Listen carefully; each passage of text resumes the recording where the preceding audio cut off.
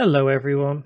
In this introduction to C# video, we are going to take a look at coroutines.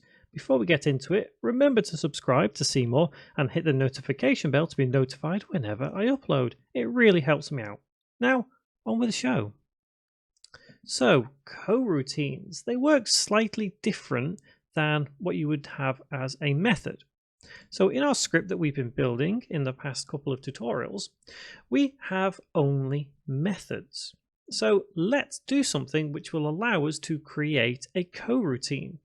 A coroutine is usually a great idea whenever you need to, for example, control time via a script. So if you want to, let's say perhaps wait a second, do something in the script, wait another second, do something else, then a coroutine is the ideal solution. How do we declare a coroutine? That's easy. Let's go after our update method here. And rather than type the word coroutine, we actually type Ienumerator. And as always, if you're in Visual Studio, this kind of thing will be predicted for you in the drop-down list, and we can see that right there. Just like methods, we can name them absolutely anything we want, providing it's not already named somewhere else in the script. For example, it's not already a method name or the script name itself. So for example, we couldn't call this Ienumerator update simply because it already has something else in there called update. It's not sensible to do anything like that, but obviously we can call this anything within reason. So I am going to call this one Blue Sky, with the double K apparently, Blue Sky. And then we can have our parentheses, open close bracket, and open curly bracket. Now when you first create a coroutine like this, you're going to see this underline here in red. That usually indicates error. However, what this means is that it's expecting at some point some kind of time delay within the script itself. So for example, if we have lots of things happening here, like let's say my bool equals true, and then we have my new string equal to just run a coroutine, semicolon, we're still going to see that little red underline on the name itself. Like I said, it's expecting you to somewhat manipulate time. So whenever I do this, I always find it handy to usually start or end, unless it's a sequence, of course, with the waiting. So let's actually put that in now. Let's say we want to wait 2 seconds, and then we want to change what our string says. So to do that, we would say yield. Obviously yield means to stop or wait or halt. Yield return new. And now after here we can put a couple of different things, but if we start typing wait, so wait, we can see the options that we are allowed to choose from. In this case we've got wait while, wait until, wait for seconds, wait for end of frame. Usually the most handy one to use is wait for seconds, because this now allows us to wait for a specified amount of time.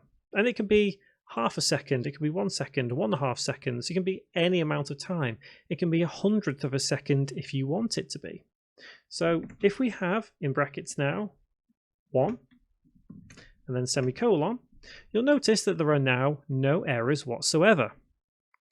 That's all good.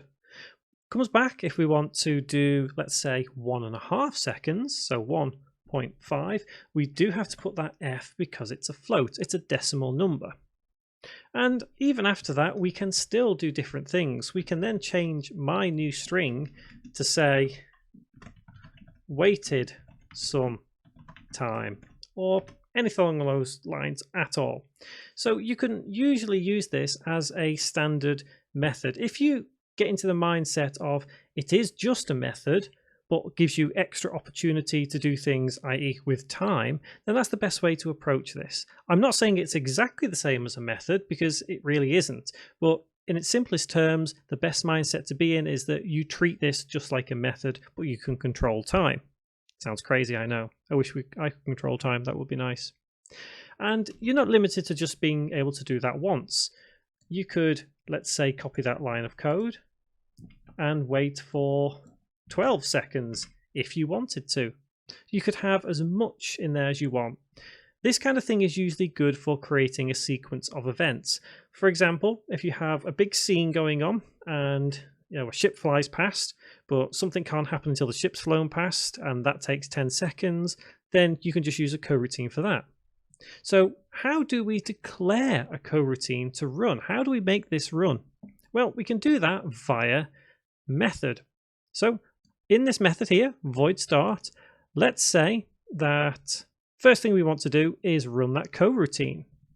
And all we need to do is type start coroutine, and in brackets, the name of that coroutine. Blue sky.